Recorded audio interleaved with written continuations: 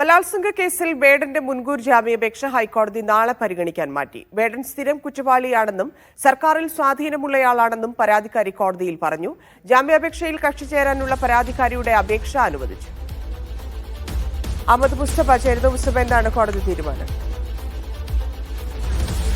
പിന്നെ ഇന്നിപ്പം ഈ പോലീസിന്റെ വിശദീകരണം നേരത്തെ കോടതി ചോദിച്ചതിന് ശേഷം ഇന്ന് പരിഗണിക്കാനായിരുന്നു ഈ വേടന്റെ മുൻകൂർ ജാമ്യാപേക്ഷ മാറ്റിവെച്ചിരുന്നത്. ഇന്നിപ്പോൾ അത് പരിഗണിച്ച ജസ്റ്റിസ് ബെച്ചു കുര്യൻ തോമസ് ചില വാദങ്ങൾ കേട്ടു.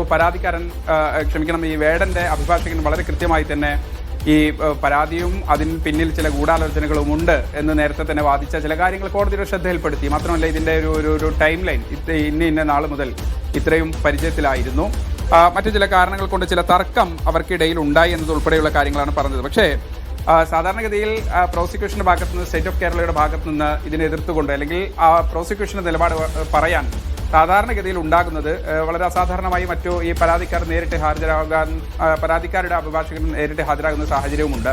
ഇന്നിപ്പോൾ ആ രൂപത്തിൽ ഈ പരാതിക്കാരിയായ യുവതിയുടെ അഭിഭാഷക കോടതിയിൽ ഉണ്ടായിരുന്നു. അവർ ചില വാദങ്ങൾ മുന്നോട്ട് വെച്ചു. പ്രത്യേകിച്ച് സമാന രൂപത്തിൽ പല ആളുകൾക്കും വേടനെതിരെ ഇത്തരത്തിലുള്ള പരാതികളുണ്ട്, പീഡന പരാതികളുണ്ട്.